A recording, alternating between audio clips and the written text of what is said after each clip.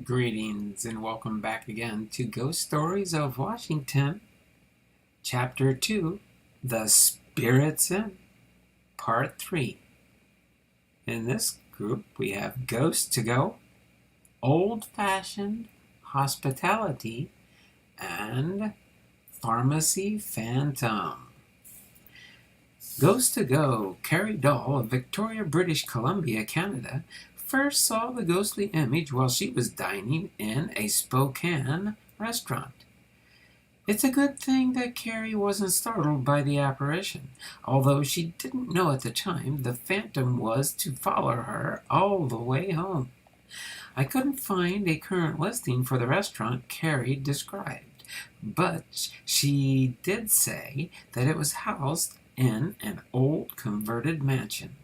As the young woman climbed the stairs on her way to the washroom, she caught a blurred glimpse of a specter in the corner of her eye. Fleeting as that encounter was, it was enough to convince Carrie that the presence was a female. Because Carrie had experienced ghosts as a child, she was not frightened by the entity. She simply paused momentarily on the stairs to compose herself before continuing.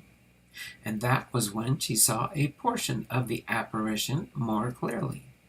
This time, rather than rushing past her, going up the steps, the movement of the piece of long gray dress that Carrie could see indicated that the phantom was serenely descending the stairs. The young woman stood and watched as the fragmentary image made its way to the bottom of the stairs.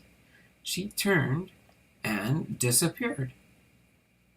That disappearance seems to have reduced the ghostly population of Spokane by one. The very next day, in her home, miles away, Carrie Doll saw the same ghost. In our next short story, we have old-fashioned hospitality. During the summer of 1986, a couple named Porter was driving through Spokane, Washington. They were tired and hungry, but unfortunately, they were also short of cash. Much to their delight, Mrs. Porter spotted something quite promising. Directly ahead was a motel dinner combination with a large sign out front advertising the special of the day: steak and eggs for $3.85. Almost giddy with relief and anticipation, Mr. Porter parked a car in an adjacent lot, and the couple made their way across to enjoy a hearty and inexpensive meal. As they walked past the sign that caught Mrs. Porter's eye, they noticed that it was evidently a very old advertisement, and worried that their food bill might therefore be higher than they had originally hoped. But that no longer mattered to the Porters. The anticipation of a delicious meal had wiped away any semblance of control they had been maintaining over their remaining funds. From the moment they opened the restaurant door, the Porters' senses were filled with the aroma of good, nourishing food. They settled into a booth and briefly looked around. The diner seemed to be every bit as old as the sign out front, but it obviously still had a loyal following because the place was crowded with patrons. The couple glanced somewhat distractedly at the yellowed, greasy menus and that lay on the table where they had seated themselves. None of the offerings tempted them away from their intentions of ordering the steak and egg special. A waitress soon arrived to take their order. When the food was served a few minutes later, it was hot, filling, and tasty. Anxious to get back on the road, the Porters asked for their bill as soon as they had finished eating. Mr. Porter couldn't believe his eyes. The total charge for both meals was less than $5. A more careful look revealed that they had been charged the advertised price for one meal, but that the waitress had mistakenly charged just 85 cents for the second meal. Wanting to be honest and feeling they would easily have eaten their money's worth even if the bill had been twice as high, Mr. Porter brought the mistake to the waitress's attention. The woman thanked the couple for their honesty and apologized for the inconvenience that she had caused. Furthermore, she explained that company policy dictated that whenever a server made an error, the customer left with a bargain. The total on the check will remain at less than $5. Understandably impressed by their experience at the restaurant, the Porters picked up a brochure about the motel and connected to the diner before heading back to their car and on toward their destination. Not surprisingly, the couple frequently described their lucky experience to friends and acquaintances. One of the people to whom they told the story knew downtown Spokane well, but oddly could not picture that such a motel-diner combination anywhere near the location the Porters described. The couple recalled that the restaurant name was the Chuck Wagon. It had been emblazoned across the menus. This added piece of information was of no help to the man. He had never heard of the place. Puzzled, the trio consulted a Spokane phone book, but found no listing for the restaurant by that name anywhere in Spokane, let alone the heart of the city. Upon further reflection, Mrs. Porter recalled the name printed on the brochure that she had picked up in the motel office. That name was one their friend recognized. There certainly was a motel with that name in downtown Spokane, but he was sure that there was no restaurant associated with it, unless it was a very recent addition. Mrs. Porter pointed out that such a conclusion made no sense. The restaurant had been old, not new. Now completely dumbfounded by the seemingly contradictory pieces of information, the group decided that this puzzle would have to be explored further. They phoned the motel and asked if there was a diner attached to it. The reply was quick and sure, but it succeeded only in further baffling the trio. There was currently no restaurant at that location.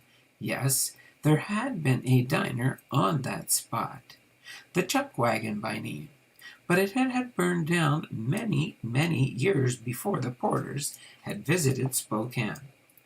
The Porters' hunger had led them on a journey back through time to an inexpensive phantom eatery staffed by understanding ghosts. In our last story for today, Pharmacy Phantom. W.L. Cub Bear may have finally left work, considering that he had been there since 1895. No one begrudges Cub his time off. Nonetheless, the employees in the Old Bear drugstore at Stillicum do miss his presence, even though Cub, or more accurately, Cub's ghost, could be a real nuisance at times.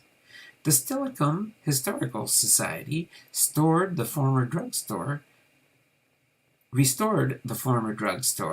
to house a popular restaurant and museum displaying, among other things, old medicine bottles, wooden mailboxes, and even the original soda fountain. It's no wonder the ghost of the former owner felt right at home. But all of the new equipment must have confused Cub, because he has been known to burn cinnamon buns to a crisp and to cause mixers and dishwashers to malfunction. When it came to making an old-fashioned ice cream treat, though Cub liked to keep his hand in, an employee who was getting ready to make a sundae was called away.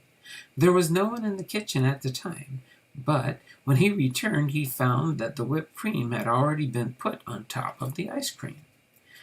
The entity also liked to draw attention to itself.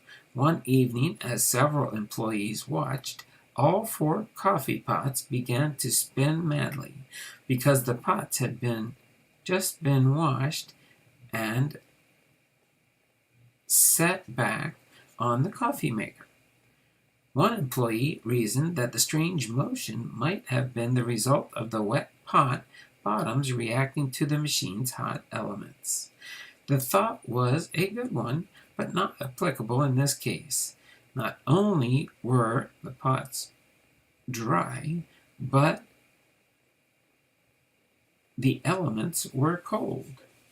Cub's ghost demonstrated an apparent aversion to a product that the staff had hoped to sell in the store, bottles of particular kind of sauce. While employees watched, these bottles would fly across the room and smash onto the floor. Store manager Rosa Krager once watched the strange sight, confirmed. That bottle didn't fall. It flew across the room. Did you see it? Cub's activities at the drugstore have now apparently come to an end. We renovated recently, and since then, he seems to have left, explained an employee named Janine. He might have gone to the bank next door because their phones have started to act funny. The lines will ring and there's no one there. That sort of thing. Perhaps if the long-deceased Mr. Bear has only gone to the bank, he may still return to his old haunting before long. Hopefully you enjoyed these 3 short stories. Ghost to Go, Old-Fashioned Hospitality, and Pharmacy Phantom. Thanks. I enjoyed sharing this episode with you, and I look forward to our next Ghost Stories of Washington, Chapter 2, The Spirits Inn, Part 4, in the not-so-distant future. Take care, and be careful. You might see ghosts lurking around us. You never know. They might fade in and out without you knowing. Bye for now. We'll see you in the next episode. Take care.